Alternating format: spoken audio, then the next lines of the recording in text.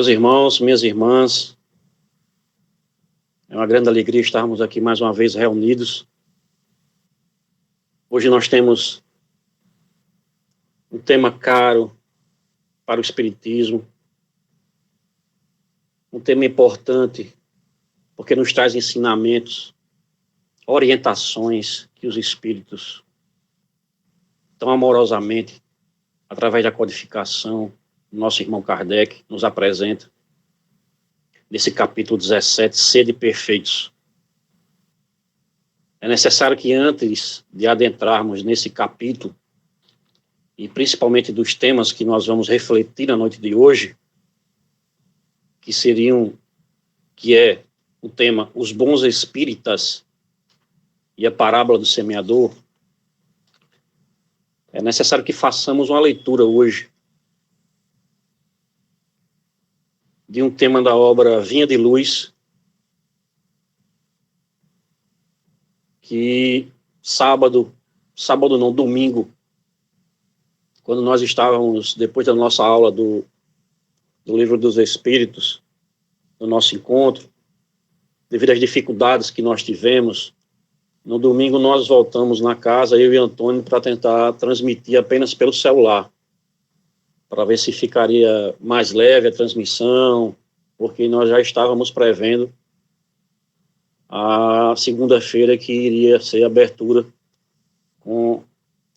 da casa com as palestras.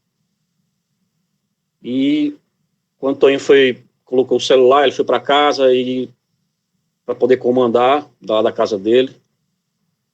Aí quando a gente conectou, ele disse, mas faça a leitura de algum texto, ou fique falando aí para a gente ver como é que vai se portar a internet.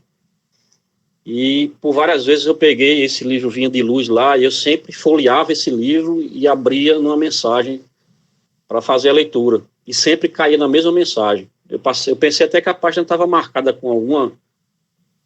Às vezes a gente puxa demais o livro, né? E quando a gente puxa demais, ele acaba fazendo aquela marcação, e quando você faz dá uma passagem, vamos dizer assim, nas folhas, né? Se dá a folheada nele, ele sempre cai no mesmo tema, mas não existia essa marcação. Às vezes a gente busca pela razão e sem, primeiramente, ficar achando que foi a espiritualidade que parou a nossa mão ali ou abriu o livro naquele momento. Mas assim o fizeram. E hoje se entende, e principalmente porque eu acho que nem estava programado para que eu fizesse essa leitura, foi uma coisa, algo natural que aconteceu para que hoje eu estivesse aqui falando sobre esse tema e principalmente na parábola do semeador. Então eu vou ao tema porque ele é importantíssimo, principalmente para nós que estamos aqui reunidos e para aqueles que pretendem, usando o verbo, a palavra, se auxiliando dos conhecimentos que vem agregando ao longo de toda essa nossa jornada, contribuir com a doutrina, contribuir com o evangelho, e que nós vamos ver aqui que ser espírita e ser cristão é a mesma equivalência. Ambos são uno. Não existe o espírita sem ser o cristão. Sem ser o cristão é aquele que segue os ensinamentos de nosso Senhor Jesus Cristo. E essa leitura que eu vou fazer agora é para que a gente faça um paralelo. Capítulo 54, livro Vinha de Luz, psicografia de Chico Xavier, pelo Espírito Emmanuel. Faz parte da coleção Fonte Viva. Capítulo 54, nominada de Fariseus. Nós sabemos que os fariseus eram doutores da lei e que estavam a todo tempo cercando Jesus com os dogmatismos, com as proibições que a palavra trazia, e que eles estavam sempre ali contestando nosso Mestre Jesus para ver se ele caía em contradição ou até mesmo caía nos seus ensinamentos, ou de alguma forma vinham a prejudicá-lo, como acabaram o fazendo. Mas Jesus, como profundo conhecedor das Escrituras, sempre tinha uma palavra para, vamos dizer assim, se sair ou contradizer, ou até mesmo derrubar os argumentos que os fariseus, de uma forma desonesta e usando a palavra de Deus, através da primeira revelação de Moisés, usavam de forma incorreta para tentar trazer a desarmonia para aquele novo conhecimento que Jesus estava trazendo como Filho de Deus. Emmanuel, ele remete cirurgicamente a uma passagem de Lucas, são palavras de Jesus, que estão contidas no capítulo 12, versículo 1. Acautelai-vos, primeiramente, do fermento dos fariseus. Esse fermento que ele se dirigia, que ele sabia que exatamente era essa palavra, é o contaminar pelos excessos, pela má interpretação da palavra. E Emmanuel vem nos trazer, primeiramente, os esclarecimentos. Fariseu ainda é todo homem presunçoso, dogmático, exclusivo, pretenso privilegiado das forças divinas. Dentro do movimento espírita está cheio. O orgulhoso descendente dos doutores de Jerusalém ainda vive. O movimento espírita está cheio. Atravessa todas as organizações humanas, respira em todos os templos terrestres. Casa espírita está lotada. Acredita-se o herdeiro único da divina bondade. Nada aprecia senão pelo prisma do orgulho pessoal. Casa espírita está cheia. Traça programas caprichosos e intenta torcer as próprias leis universais, submetendo-as ao ponto de vista que espousou na sua escola ou no seu argumento sectarista. Casa espírita está cheia desses indivíduos. Jamais comparece ante a bênção do Senhor na condição de alguém que se converteu em instrumento de seus amorosos desígnios, mas como crente orgulhoso, cheio de propósitos individualistas, declarando-se detentor de considerações especiais. Casa espírita está lotada. Os aprendizes fiéis necessitam acautelar-se contra o levedo de tais enfermos do espírito. Toda ideia opera fermentações mentais. Certamente que o mestre não determinou a morte dos fariseus, mas recomendou cautela em se tratando da influência deles. Exigências farisaicas constituem perigosas moléstias da alma. Urge auxiliar o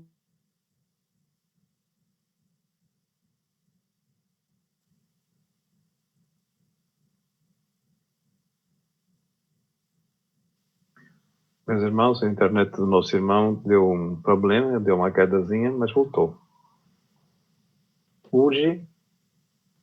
Urge auxiliar o doente e extinguir a enfermidade.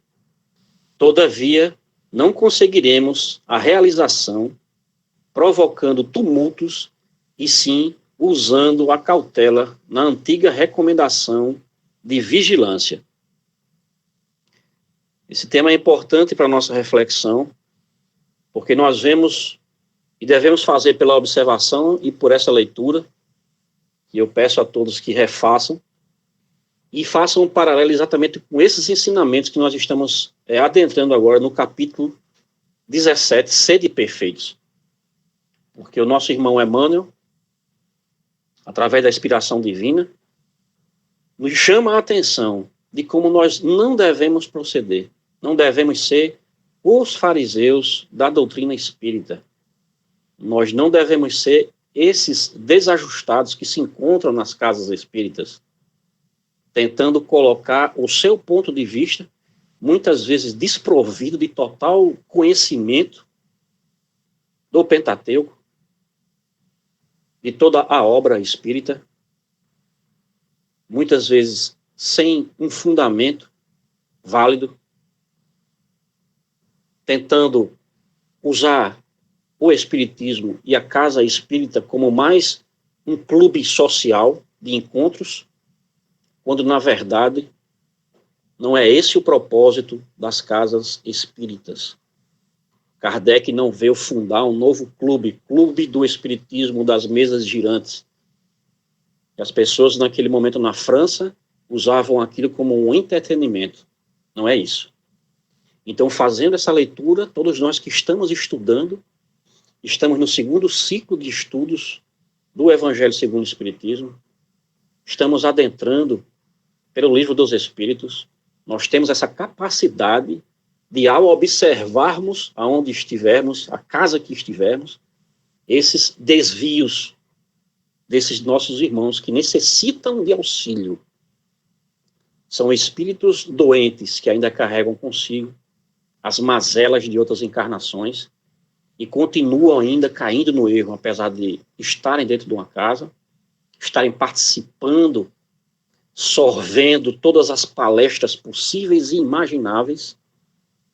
YouTube deve ter assistido a todas as palestras de todos os palestrantes, mas o principal, que é a transformação moral, infelizmente, ainda não se faz. E ainda, para eles, são um fardo pesado a carregar, que é a nossa transformação moral. E feita essa leitura introdutória, nós já vamos direto para os bons espíritas. É necessário fazer a leitura, ela não é longa, e nos traz reflexões. Os bons espíritas. Bem compreendida, mas, sobretudo, bem sentido, o Espiritismo conduz forçosamente aos resultados acima expostos.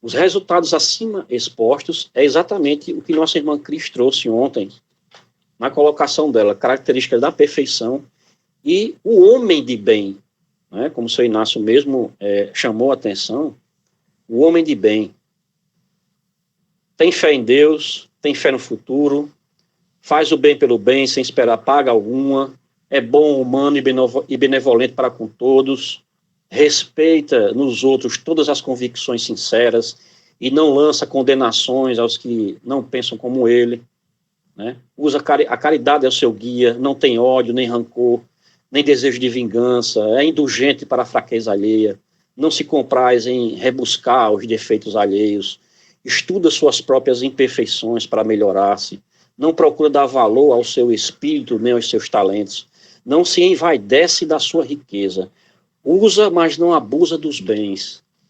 Então, eles traz todo um cabedal, todo um ensinamento que os espíritas e os espíritos, que assim, quando desencarnaram, vieram a trazer o auxílio com essas obras, nos diz, olha, se vocês quiserem um norte, um futuro nesse nosso processo de aperfeiçoamento, está aí o caminho. São pequenos chamamentos para a atenção de algumas condutas que deveis ter todos vós. E quando ele chama exatamente isso, né, para resultados acima expostos que caracterizam o verdadeiro espírita como o verdadeiro cristão, pois que ambos são a mesma coisa. O espiritismo não cria nenhuma moral nova, apenas facilita aos homens a compreensão e a prática da moral do Cristo, facultando uma fé inabalável e esclarecida aos que duvidam ou vacilam. Muitos, entretanto, dos que acreditam nos fatos das manifestações não compreendem as suas consequências nem o seu alcance moral, ou se os compreendem, não os aplicam a si mesmo. A que se deve isso? A alguma falta de clareza da doutrina? Não. Visto que ela não contém alegorias nem figuras que possam dar lugar a falsas interpretações. A clareza é da sua própria essência, e é isso que constitui a sua força, porque vai direto à inteligência. Nada tem de misteriosa e seus iniciados não se acham de posse de nenhum segredo oculto ao vulgo, a todos, ao mais simples, ao mais humilde, ao menos esclarecido. Será então preciso para compreendê-la uma inteligência fora do comum? Não, porque se vê em homens de notória capacidade que não a compreendem. Ao passo que inteligências vulgares, pessoas simples, humildes, homens da sociedade como um todo, moços mesmos, mal saídos da adolescência, lhe aprendem com admirável precisão os mais delicados matizes. Isso resulta de que a parte, por assim dizer, material da ciência requer somente olhos que observem, enquanto a parte essencial existe um certo grau de sensibilidade. Aqui se pode chamar de maturidade do senso moral. Maturidade que independe da idade e do grau de instrução, porque é inerente ao desenvolvimento em sentido especial do espírito encarnado. Em algumas pessoas, os laços da matéria são ainda bastante tenazes, fortes, para permitirem que o espírito se despreenda das coisas da terra. O nevoeiro que os envolve tira-lhes toda a visão do infinito, razão pela qual eles não rompem facilmente com os seus gestos, com os seus gostos, nem com seus hábitos, não compreendendo que haja qualquer coisa melhor do que aquilo de que são dotados. Para eles, a crença nos espíritos é um simples fato, mas que pouco ou nada lhes modifica as tendências instintivas. Numa palavra, não percebe mais que um raio de luz insuficiente para guiá-los e lhes facultar uma vigorosa aspiração, capaz de vencer as suas inclinações. Prende-se mais aos fenômenos do que à moral, que lhes parecem banal e monótona. Pedem incessantemente aos espíritos que os iniciem em novos mistérios, sem procurar saber se já se tornaram dignos de penetrar os segredos do Criador. São os espíritas imperfeitos, alguns dos quais ficam a meio caminho ou se afastam de seus irmãos sem crença, porque recuam diante da obrigação de se reformarem, ou então guardam as suas simpatias para os que compartilham de suas fraquezas ou de suas prevenções. Entretanto, a aceitação do princípio da doutrina é um primeiro passo que lhes tornará mais fácil o segundo em outra existência. Aquele que pode ser com razão qualificado de espírita verdadeiro e sincero se acha em grau superior de adiantamento moral. O espírito que nele domina a matéria de modo mais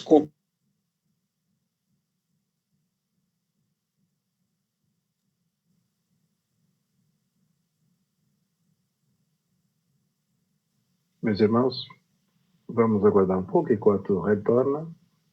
Domina a matéria. Onde ficamos, Marcos? domina a matéria.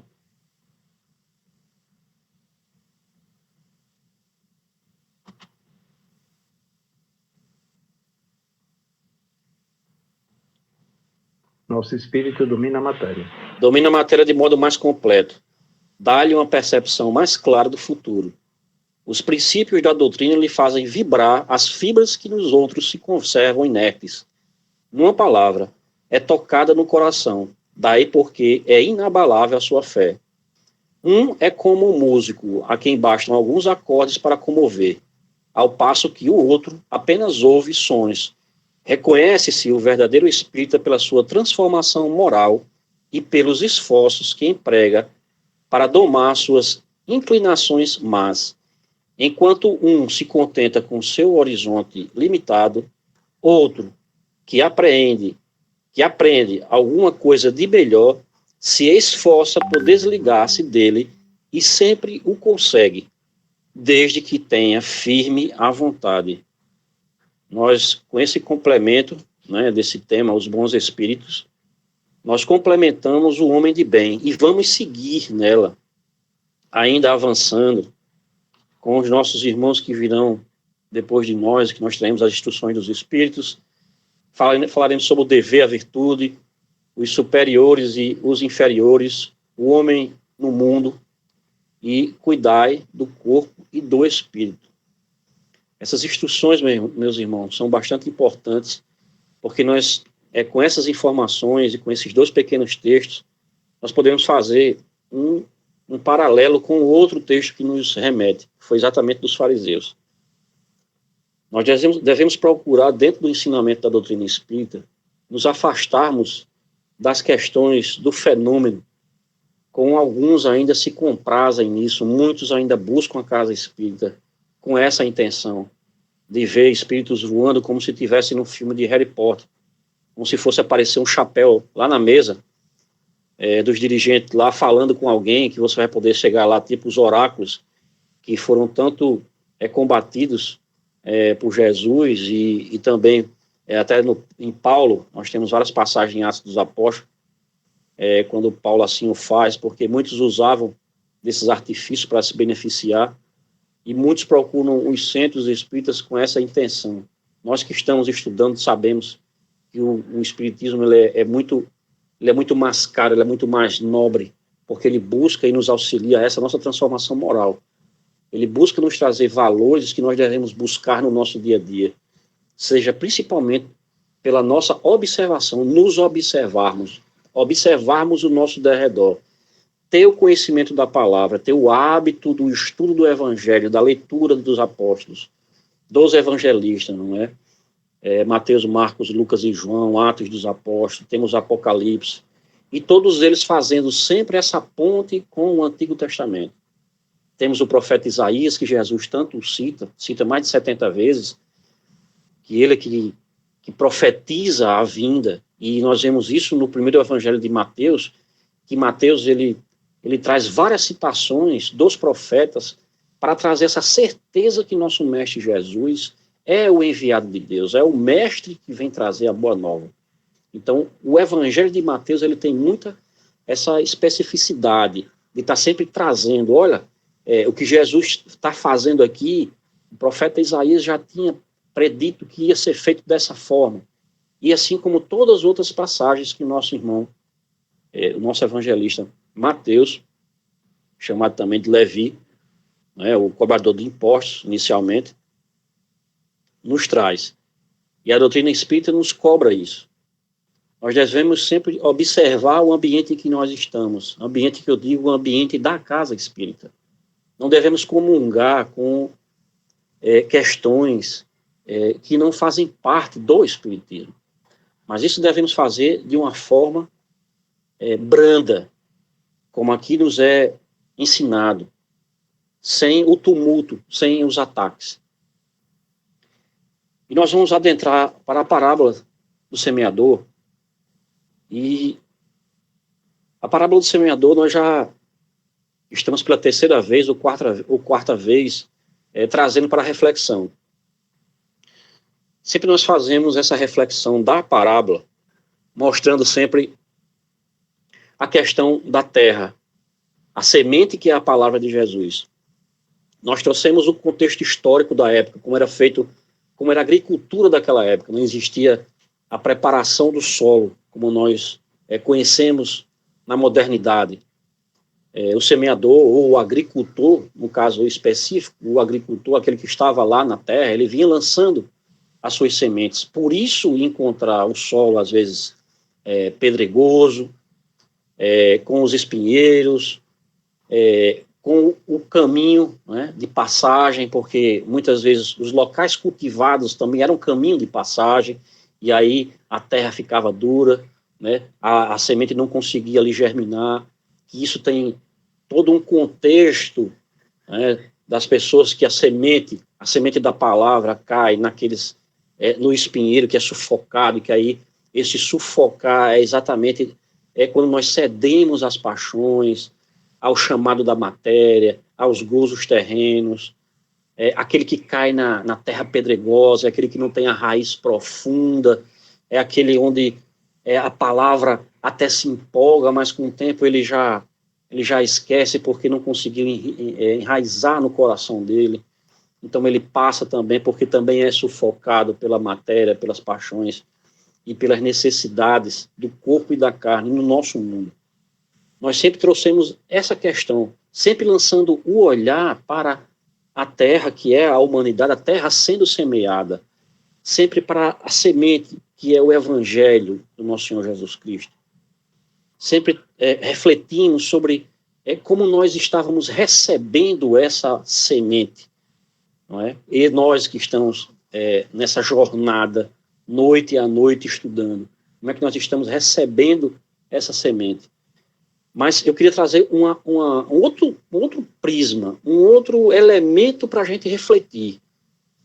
E veio essa inspiração através de orientações de outros vídeos, entre eles um de nosso irmão Valadares, que ele traz esse olhar, esse prisma, e eu achei bastante interessante, e vou tentar trazer para a noite de hoje essa reflexão, que é exatamente nós olharmos o semeador.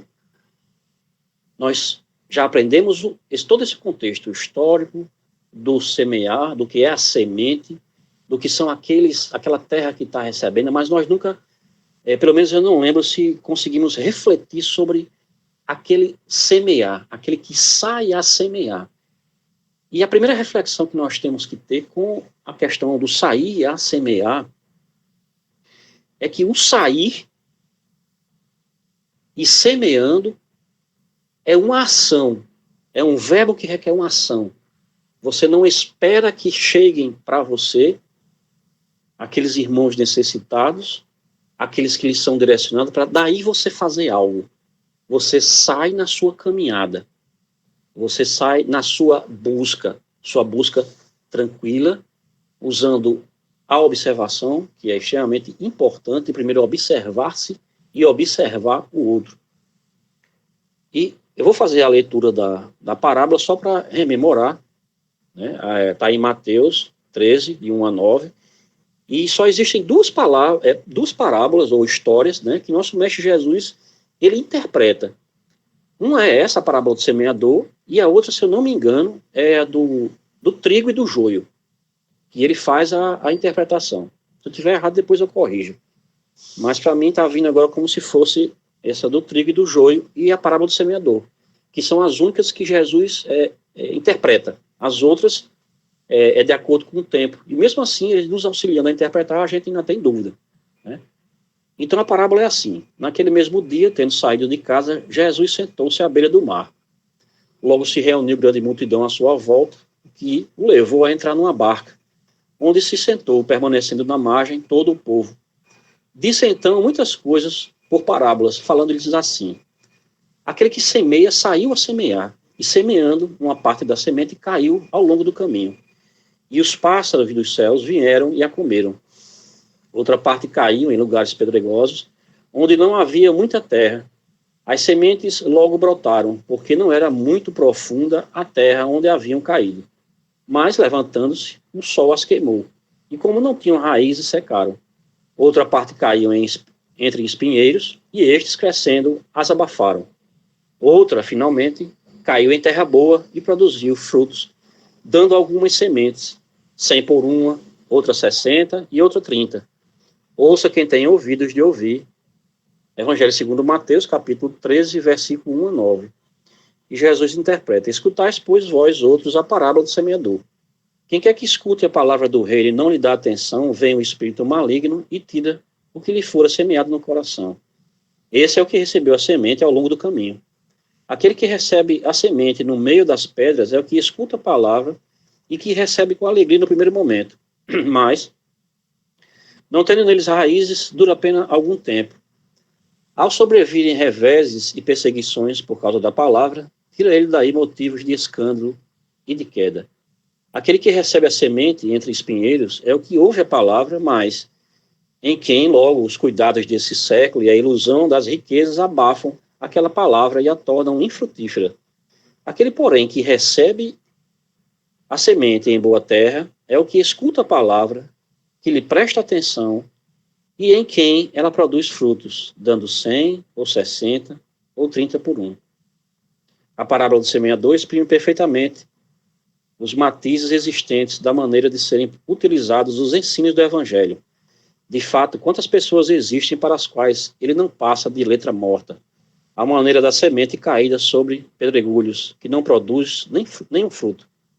Ela encontra uma explicação não menos justa nas diferentes categorias de espíritas. Não será ela um emblema dos que apenas atentam nos fenômenos materiais e não tiram nenhuma consequência deles, porque neles só vêem fatos curiosos? Dos que não buscam senão o lado brilhante das comunicações dos espíritos, pelas quais só se interessam quando lhes satisfazem a imaginação, e que depois de as terem ouvido se conservam tão frios e indiferentes quanto eram? Os que acham muito bons os conselhos e os admiram, mas para serem aplicados aos outros, e não a si mesmos? Enfim, aqueles para os quais essas instruções são como a semente que cai em terra boa e dá frutos. São ensinamentos profundos. E aí eu chamaria a atenção exatamente para nós todos. E aí eu dou uma dica de leitura, quando o Paulo vem falar na sua primeira carta aos Coríntios, falando sobre a semente. Emmanuel, ele pinça um fragmento, que é a primeira carta aos Coríntios, capítulo 15, versículo 37. E quando semeias, não semeia o corpo que há de nascer, mas o simples grão de trigo ou de outra qualquer semente. E no terceiro parágrafo, Emmanuel assim explica: exemplifica sabiamente a necessidade dos pontos de partida, as requisições justas de trabalho, os lugares próprios, os tempos adequados. Kardec, na questão 917, ele vem falando sobre o egoísmo. Qual o meio de destruir-se o egoísmo? E os espíritos dão a resposta, e Kardec, como um pedagogo, um profundo conhecedor da arte da educação, que assim ele o chama nesse trecho, né? Que assim ele fala: bem entendida, a educação constitui a chave do progresso moral. Quando se conhecer a arte de manejar os caracteres, como se conhece a de manejar as inteligências, poder-se-á endireitá-los como se faz com as palavras novas. Mas essa arte, a arte de educar, de propagar a palavra, exige muito tato, muita experiência e profunda observação. E eu achei interessante todos esses argumentos que nós trazemos, tudo dentro da obra. Nós estamos trazendo Pão Nosso com Chico Xavier, nós estamos trazendo o Livro dos Espíritos, questões 917, nós estamos trazendo Vinha de Luz, estamos todos dentro da obra básica, não saímos para aforismos e nem em jornadas de outros autores que vêm interpretar e produzir lavras de livro, apenas repetindo o que já existe e de uma forma muito bem fundamentada. E todos nós que estamos vivenciando esse nosso dia a dia, essa necessidade, e isso às vezes essa necessidade é muito mais forte do que nós, não a necessidade da vaidade nem dos fariseus, como conhecedores do Espiritismo, como ainda somos aprendizes ainda. Todos nós que estamos aqui estamos na condição de aprendizes. E esse pouco conhecimento que nós vamos sedimentando, e quando nós vamos no nosso dia a dia, seja no trabalho, seja até dentro da casa espírita, seja na nossa família, sejam daqueles que nos cercam, muitas vezes direcionado por alguns irmãos espirituais, para que nós possamos exercitar essa caridade e principalmente trazer a palavra, eu achei importante, nós achamos importante trazer essa reflexão, porque, como Kardec nos falou, nós temos que ter tato, muito tato, no orientar. Nós tivemos vários exemplos com o nosso irmão Eugênio, Cris, e todos aqueles que de alguma forma tiveram alguma experiência, né? Tonho, acontece isso muito com ele, de irmãos que do nada param perto dele, começam a falar de espiritismo e de repente ele tem a possibilidade de um auxílio com o seu Inácio. Comigo já aconteceu, e eu creio que com todos aqueles, Fátima, Manelzinho, Val, todos aqueles já nos trouxeram, João de Deus, alguns daqueles já trouxeram alguma informação relacionada a isso. Então, quando nós nos cercamos dessas obras aqui, para nos chamar a atenção do cuidado que devemos ter na propagação da palavra, e principalmente, quando eu não diria apontar, mas chamar para a atenção daquele que está em equívoco, sabemos que muitas dessas vezes nós vamos lançar a semente, mas essa semente ela não vai germinar, muitas vezes, nessa encarnação. Ela vai ficar lá em estado de dormitação, para que, no momento futuro e até na vida espiritual, ela possa germinar. Então, quando nós lançarmos de forma caridosa a palavra, quando, de certa maneira, tentarmos auxiliar, não tenhamos essa sensação e esse acompanhamento de achar que o resultado vai ser imediato. Mesmo que nós não tenhamos uma contrapartida como nós gostaríamos, mesmo que diante da nossa insistência a transformação não ocorra, mas que nós tenhamos em mente exatamente isso. O Kardec também, eu destaquei 3 pontos aqui, que ele nos chama para essa reflexão, que é nós exercitarmos a paciência, a esperança e aprender a lidar com o tempo.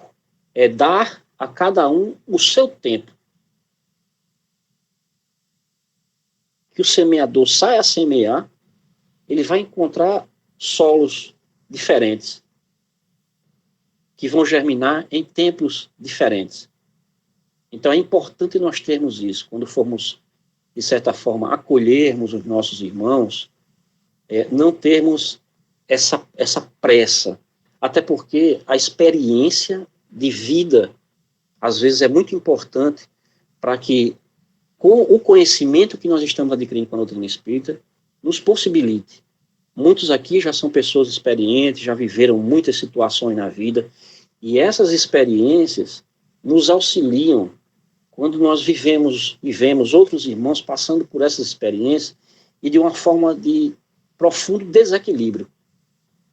E às vezes nós achamos que com poucas palavras nós vamos conseguir, usando uma expressão de outras religiões, salvar aquele irmão.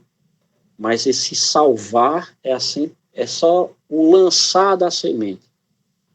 Muitas vezes nós temos que lançar a semente, acolher, falar, mas deixar que aquele nosso irmão também trabalhe a sua terra, trabalhe a terra aonde foi colhida, onde foi plantado, para que ele possa colher no futuro. E a terra somos nós, né? O campo a ser plantado é a palavra divina plantada dentro do nosso íntimo. Então, quando nós trazemos pontos de vista que aquele nosso irmão não está acostumado, ele se surpreende, né? Mas aquilo fica gravado e traz uma reflexão para ele. Então, achei muito importante essas palavras de Kardec. Exercitar a paciência, que isso foi muito forte para mim no último mês e nos últimos meses, esse exercitar a paciência, a observação acima de tudo, né? E lidar com o tempo. Isso é muito importante. E, principalmente, aprofundar a nossa capacidade de observação. Tanto nos observarmos mais e observarmos o meio.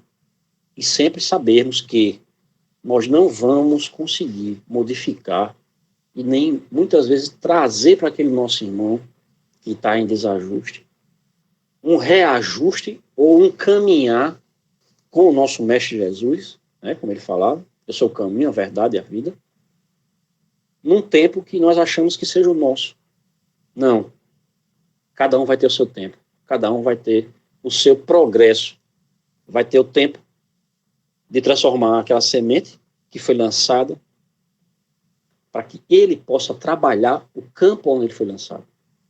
Eram essas as reflexões que nós tínhamos para a noite de hoje, e principalmente lançar o prisma do semeador, que se nós nos observarmos, nós paulatinamente estamos fazendo isso no dia a dia, seja na nossa casa, no nosso lar, nas nossas cercanias, no trabalho, sempre estamos exercitando e tentando trazer essa possibilidade do auxílio.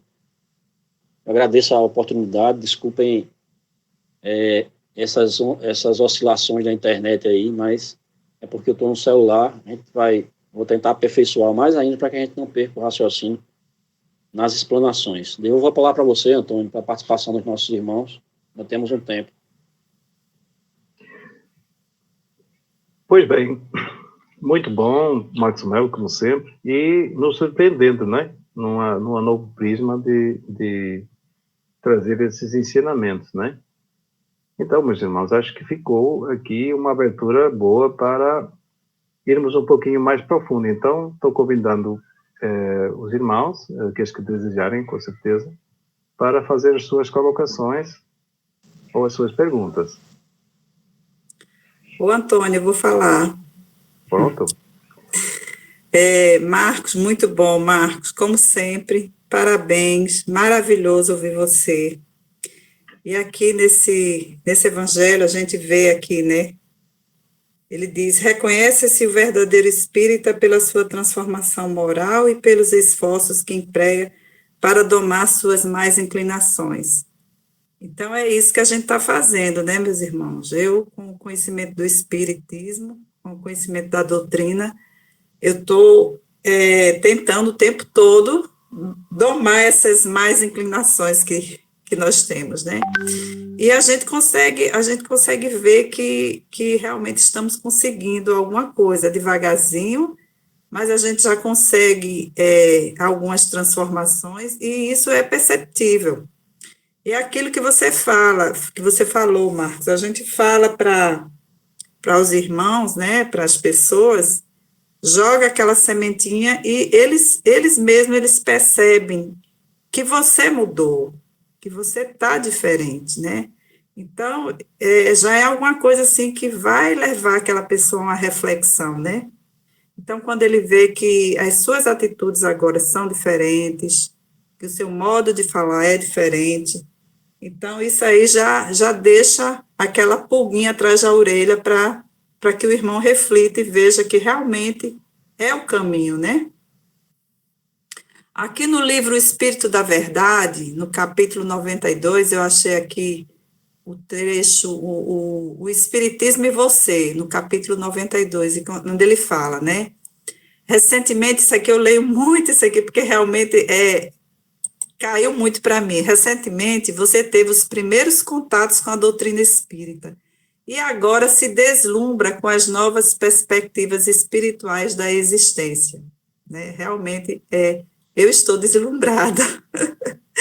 Ideais redentores, as relações pessoais enriquecidas, as conversações são edificantes, a leitura nobre, os promissores ensejos de servir a fraternidade, né? Recorde, no entanto, os imperativos da disciplina em todos os empreendimentos, para que a afoiteza não lhe crie frustrações. Ou seja, nós precisamos ser comedidos, né? Tornar-se espírita não é santificar-se automaticamente, não significa privilégio e nem expressa cárcere interior. É sim a oportunidade de libertação da alma, com responsabilidades maiores ante as leis da criação. É reencarnar-se moralmente de novo, dentro da própria vida humana, ou seja, a nossa reforma, né? Convicção espírita é galardão abençoado no aprendizado multimilenar da evolução. Desse modo, nem prevenção nem vigilância constitui caminhos para semelhante conquista. Urge sustentar perseverança e paciência na execução justa de todos os deveres. Evite arrancar abruptamente as raízes defeituosas, mais profundas, de suas atividades. Empreenda qualquer renovação pouco a pouco. Ou seja, vamos devagar e sempre, né? Contenha os ímpetos de defesa intempestiva de suas ideias novas, sedimente primeiro os próprios conhecimentos. É isso que eu estou tentando fazer. Primeiro, aprender bastante, para que a gente possa alcançar esses objetivos, né? O Espiritismo é claridade eterna, realmente, é uma luz eterna. Gradue a intensidade da luz que você deslumbrar para que seus olhos não sejam acometidos pela cegueira do fanatismo. Muitos irmãos nossos ainda se debatem nas lutas de subnível, porque não se dispuseram a aceitar a realidade que você está aceitando. Mas também outros muitos palmilharam o lance da experiência que você hoje palmilha, e nem por isso alcançaram êxitos maiores na batalha íntima e intransferível que travamos conosco, em vista da negligência que ainda se afazem. É como você falou, né? Tem muitos espíritas que ainda estão em outros níveis, né? Que ainda não assimilaram. Crença não nos exime da consciência. Acertar ou cair são problemas pessoais. Tudo depende de você. Quem persiste na ilusão abraça a teimosia. Quanto mais se edifica a inteligência, mais se lhe acentua o prazer de servir.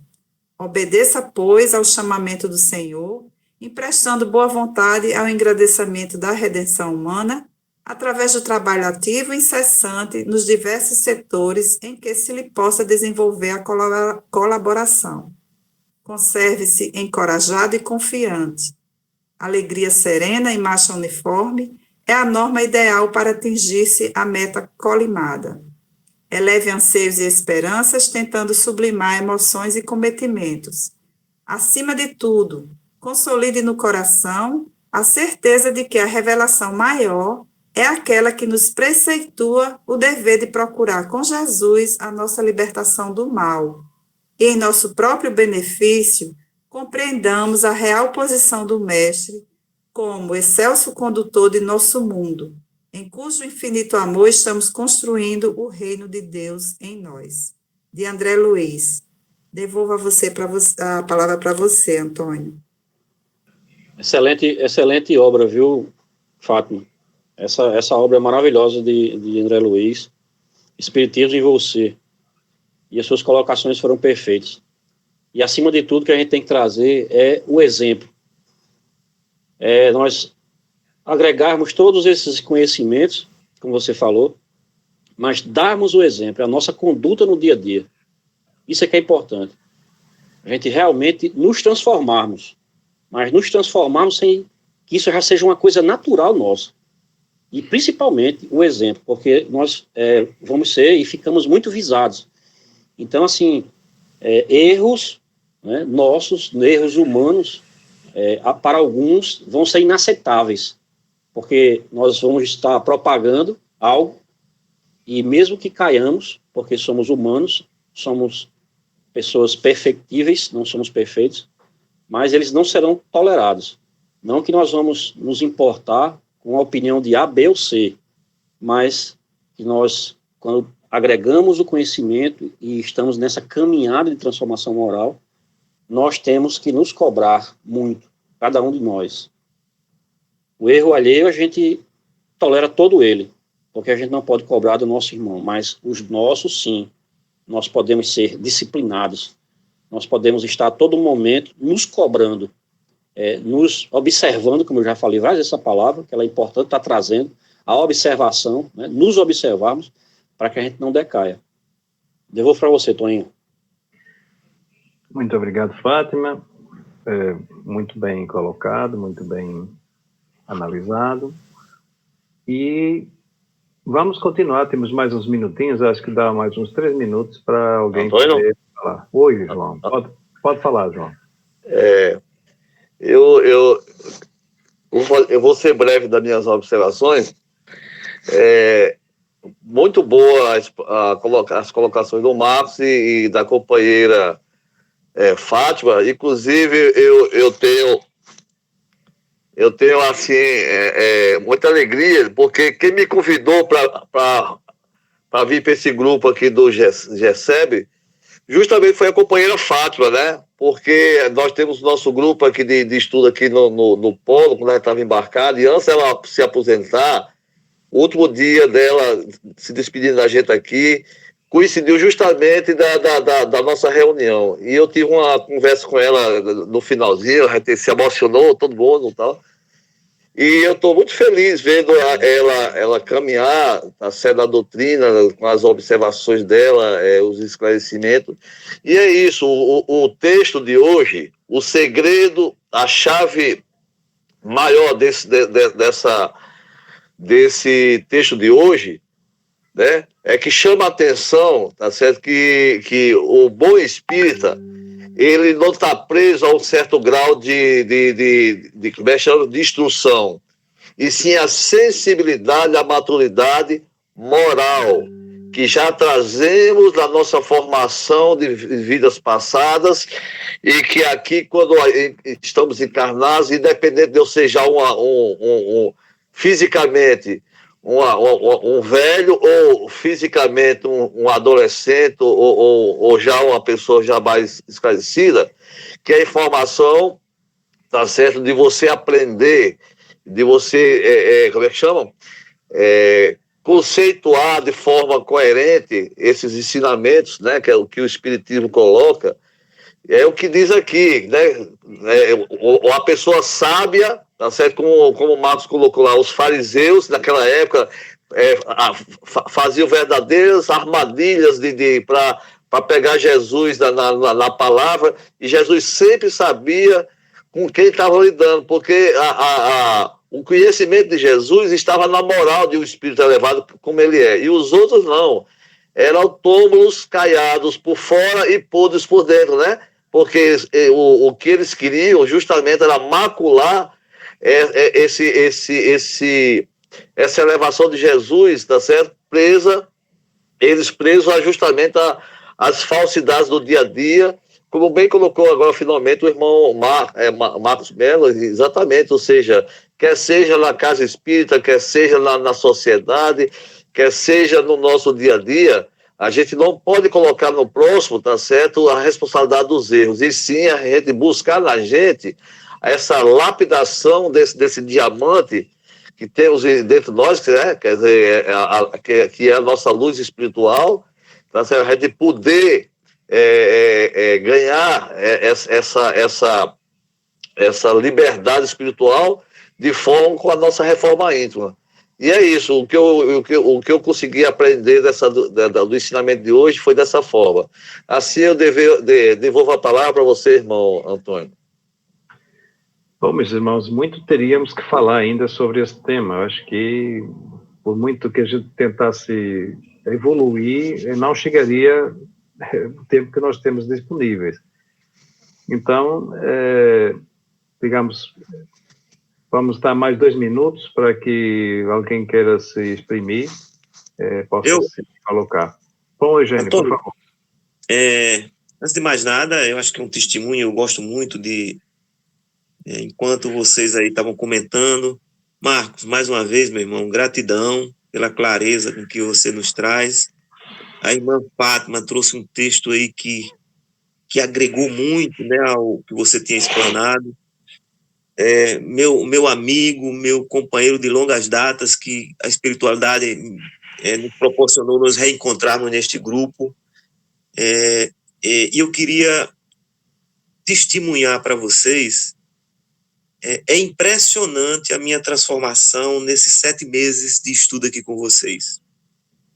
Eu estou bastante emocionado, porque como a minha vida vem se modificando, mas nesses 7 meses com vocês, neste grupo de laboratório, as imperfeições são muitas, mas eu sei que eu posso vencê-las e seja o caminho para vencê-las.